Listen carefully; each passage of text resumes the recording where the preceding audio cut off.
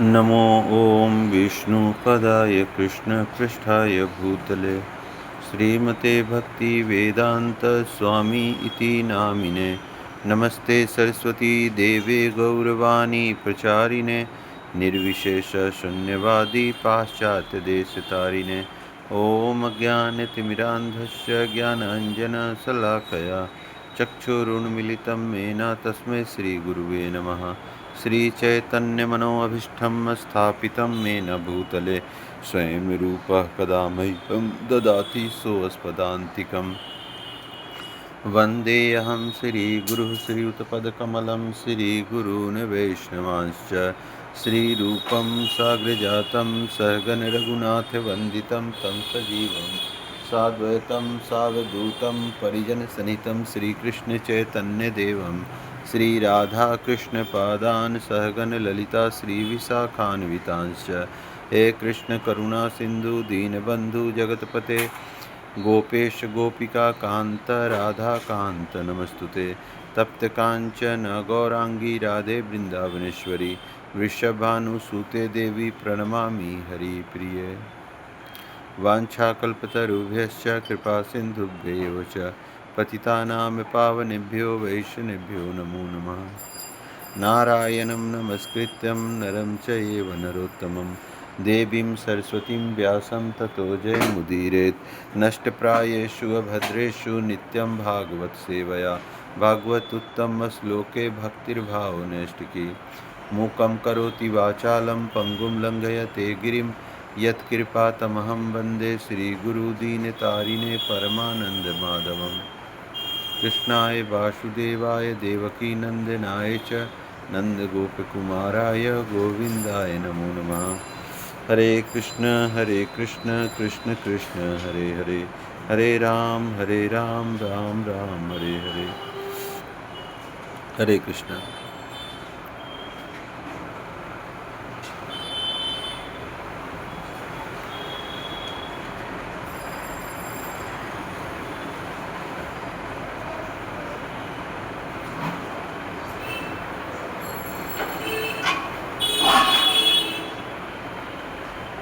तो आज हम लोग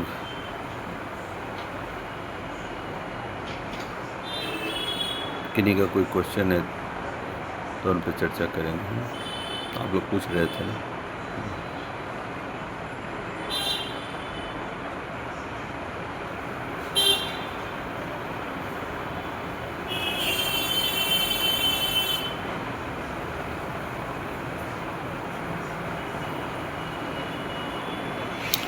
हाँ,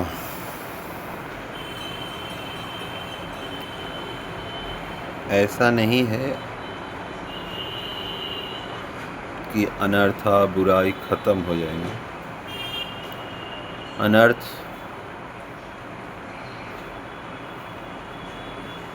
जो अनर्थस है, जो कुमति है, जो बुराइयां हैं, वो खत्म नहीं होगा। इस संसार में है और रहेगा, है ना, वो कभी खत्म नहीं होगा। ध्यान से सुनिए।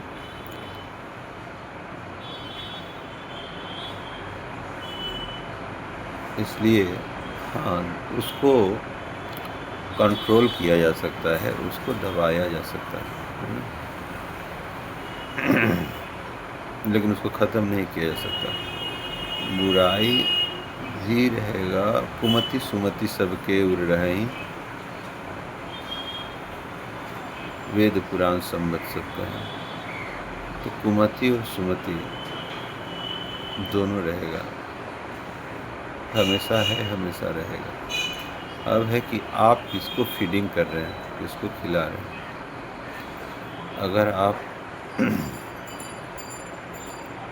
अच्छे गुणों को, सत्संग में रहेंगे, अच्छे गुण को एडॉप्ट करेंगे, अच्छे गुण को अपने अंदर लाएंगे, अपने चरित्र में लाएंगे, तब दैवीय गुण आपके अंदर प्रकट हो जाएगा, देवता कहलाएंगे।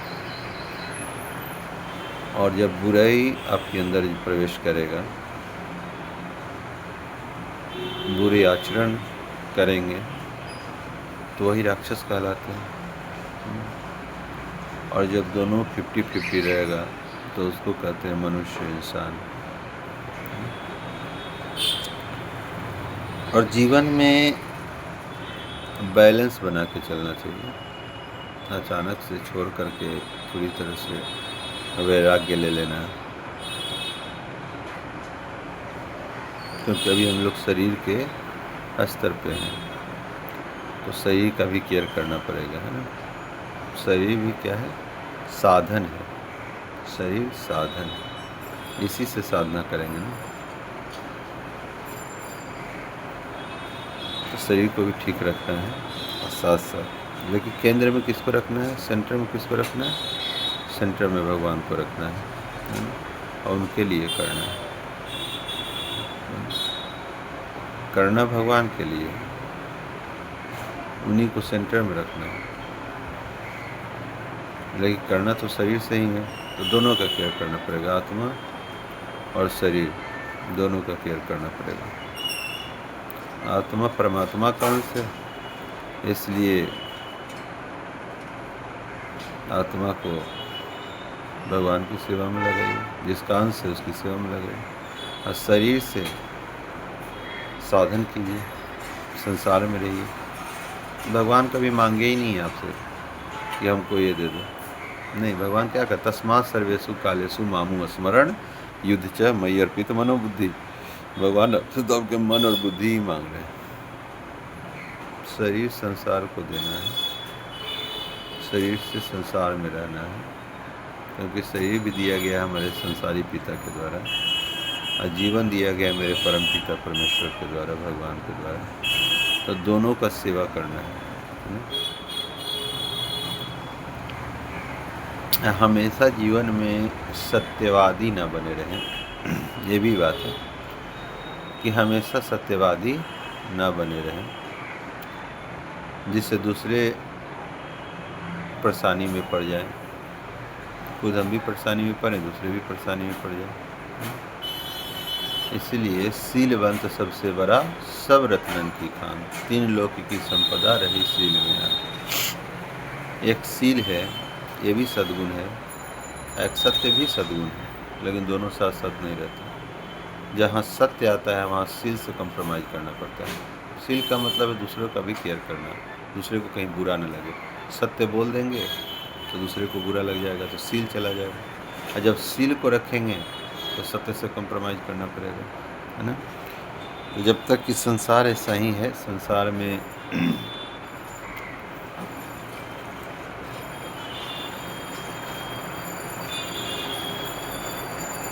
तो सत्यवादी हमेशा ना बने रहें। सत्य ठीक है, सत्य बोलना चाहिए हमेशा रहे, लेकिन कभी ऐसी स्थिति आ जाए तो शास्त्रों ने भी निर्देश दिया है कि झूठ बोलने से यदि किसी का प्राण बचे तो झूठ बोल देना चाहिए, है ना। यहाँ तक झूठ के लिए बोला गया है कि जितना दाल में नमक डाला जाता है उतना झूठ बोल सकते हैं। चले, संसार है ना।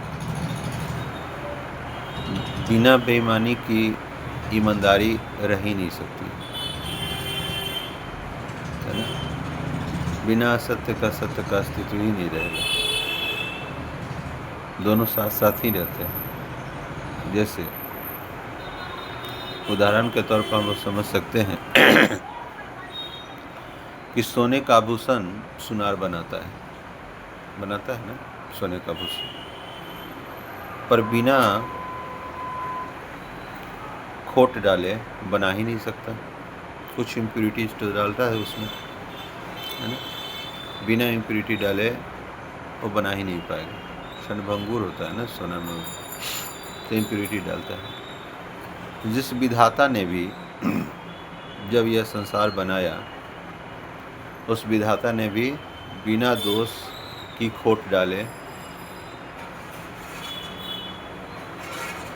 किसी को गुण दे न सके, है ना। तो दोष का खोट विधाता ने भी डाला है, तभी तो गुण दिए हैं, है ना। इसीलिए रामचरितमानस में बालकांड में गोस्वामी तुलसीदास लिखते हैं कि जड़ चेतन गुण दोष में विश्व किन्ह करता। जड़ चेतन गुण दोष में, जड़ इस संसार जो रचना की गई है तो गुण और दोष दोनों से की गई है। जड़ चेतन गुण दोष में विश्व किन्ह करतार, असंत हंस गुण गहहि पय परिहरहि बारी विकार। तो संत हंस के समान होते हैं। देखिए अच्छाई बुराई तो इस संसार से बना ही है, निर्मित ही है अच्छा बुरे से, तो कहाँ भाग के जाएंगे, है ना। लेकिन संत पुरुष क्या होते हैं, परमहंस की तरह होते हैं। हंस का एक स्वभाव होता है, गुण होता है। जो पानी दूध मिला दीजिएगा तो दूध को पी लेगा, पानी छोड़ देगा, है ना। तो ऐसा बनिए, संसार में रहना है तो परमहंस की तरह, संत की तरह रहना पड़ेगा, है ना। क्योंकि बुराई कभी ख़त्म होने वाला नहीं है। जब से बुराई की उत्पत्ति तभी से है जब तक कि अच्छाई से, अच्छाई बुराई दोनों का उत्पत्ति। ज्ञान अज्ञान उसी समय से जब तक से ज्ञान है। लेकिन ये अज्ञानता जो है सीमित है, ज्ञान असीम है ना।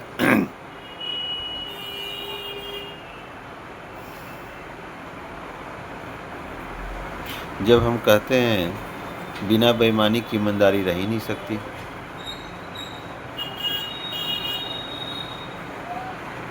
बेईमानी अगर होगी ही नहीं तो ईमानदारी की पहचान कैसे होगी। आप ही सोच के देखिए, बेईमानी नहीं होगा तो ईमानदारी को कौन जानेगा। अंधेरा होगा ही नहीं तो उजाले दिन की पहचान कैसे होगी। अंधेरा है तभी तो उजाला है। एक रिलेटिव वर्ल्ड है ना, ये संसार ही रिलेटिव है, एक दूसरे के सापेक्ष हम लोग देखते हैं। तब बिना सत्य का सत्य,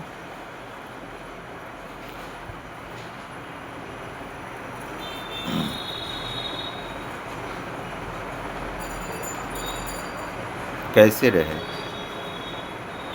और बिना बेईमानी की ईमानदारी कैसे रह सकता है। इसीलिए कई बार असत्य बोलना पड़ता है।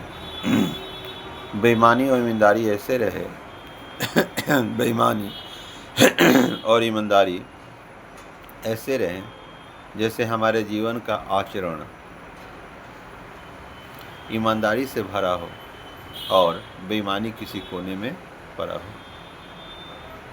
आचरण तो ईमानदारी से भरा हो और किसी कोने में बेईमानी पड़ा हो। जीवन सत्य से भरा हो और असत्य किसी कोने में पड़ा हो। रहेगा लेकिन उसको अलग रखें, कम कर दें, है ना।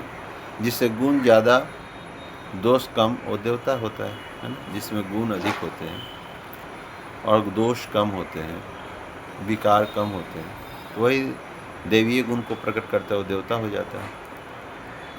और जिसमें दोनों बराबर बराबर होते हैं वो इंसान होता है।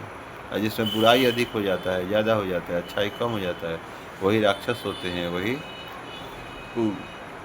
असुर हो जाते हैं, है ना। ये संसार बना ही हुआ है दोनों से, इसलिए ध्यानपूर्वक रहते हुए केंद्र में भगवान को रहिए, स्मरण भगवान का कीजिए। जैसे ऐसे समझ सकते हैं ना, कामनाएं खत्म होती नहीं है। पृथ्वी तल के बिना वृक्ष नहीं लगाए जा सकते, पृथ्वी तो चाहिए ना वृक्ष लगाने के लिए। उसी तरह भगवत भजन के बिना, भगवान के भजन के बिना कामनाएं नष्ट नहीं हो सकती। कभी भी कुछ भी कोटि उपाय कर लीजिए संसार में, बिन हरि भजन मन का मैल अनर्थ जा ही नहीं सकता है। जितने मात्रा में आप भजन करेंगे उतना ही मात्रा में अनर्थ से निकलेंगे, है ना,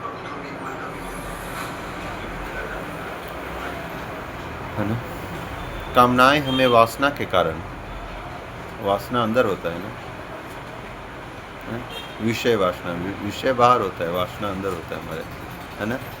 तो कामनाएं हमें वासना के कारण अपनी पूर्ति में लगाए रखते हैं। कामना जो है अपनी वासना के कारण, हमारे अंदर जो वासना है उसको जागृत कर दे, विषय उसको जागृत कर देता है वासना को, तब हमें भोग करने की प्रवृत्ति हो जाती है ना। तो कामना उसी वासना के कारण अपनी पूर्ति में लगाए रखता है ना? कामनाओं में लगाए रखता है। दिन रात हम अपनी कामना की पूर्ति में लगे रहते हैं, बस एक बार मिल जाए।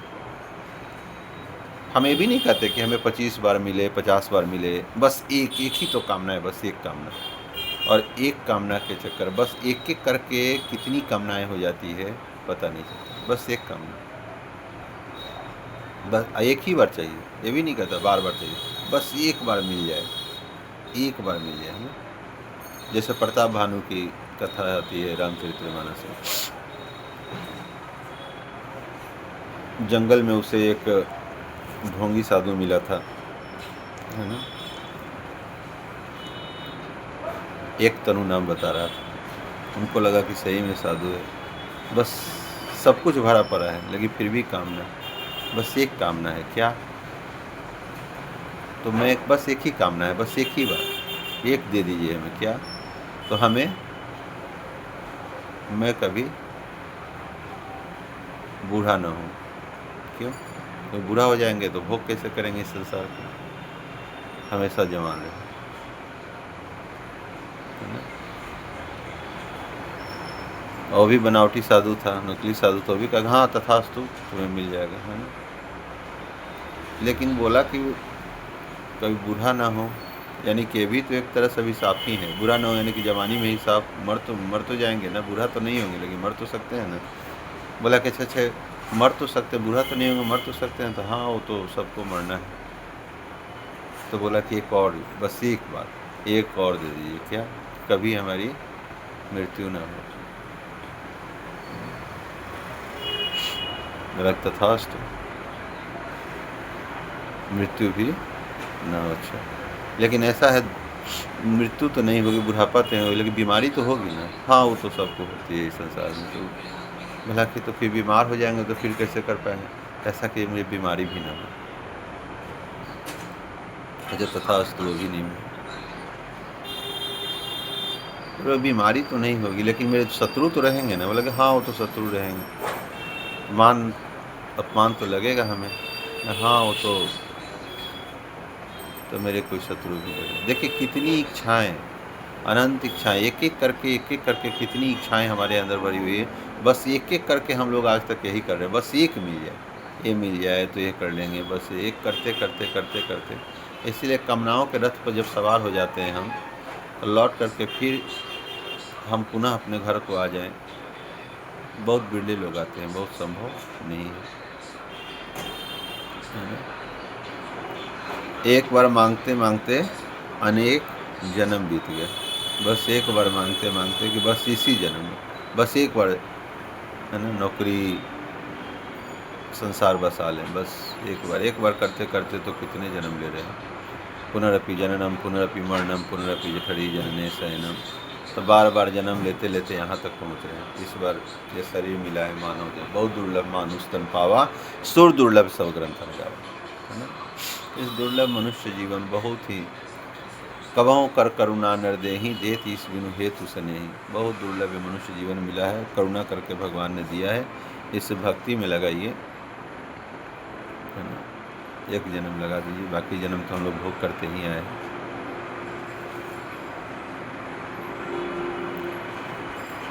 तो कामना एक बार मांगते मांगते अनेक जन्म बीत गए, पर आज तक कामना हमारी पूर्ति नहीं हुई। इसी भगवान के मार्ग पर चलना चाहिए, इसलिए हमें भगवान के मार्ग पर चलना चाहिए, है ना। काम का मार्ग छोड़ करके श्री राम के मार्ग पर चलना चाहिए, है ना। काम कभी अनंत है, कभी ख़त्म होने वाला नहीं है, इसलिए राम के चरण पकड़ लीजिए, वही है। किन किन प्रकरण करते रहिए, है ना, जैसे भी हो नाम लेते रहिए, है ना। नाम का प्रभाव है, जोड़ी नहीं है कि एकदम शुद्ध भक्त नाम ही लें, जैसे भी हो। भाव कुभाव आलस आनघहूँ, नाम जपत मंगल दिशि दसहूँ, है ना। कभी और चर्चा करेंगे। अनेक संतों ने भी कहा है, कबीरदास तो कहते हैं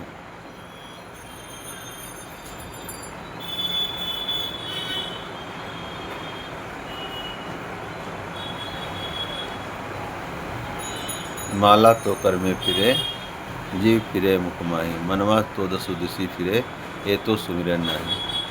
तो कबीरदास ऐसे कहते हैं। तो क्या हमें छोड़ देना चाहिए? नहीं, वो विचार की दृष्टि से कह रहे हैं, है ना। कबीरदास विचार की दृष्टि से कह रहे हैं और तुलसीदास भाव की दृष्टि से कह रहे हैं ना, दोनों है। भाव कुभाव वाला सनगु, नाम जपत मंगल निसु। किसी भी तरह से आप अगर नाम में है तो नाम लेते रहिए, आपका मंगल ही मंगल होगा। हरे कृष्णा। शेष चर्चा अगली बार करेंगे हम लोग। हरे कृष्ण। जगत गुरु शिला प्रभुपाद की जय। गौर प्रेमानंदे। हरि हरि बोल।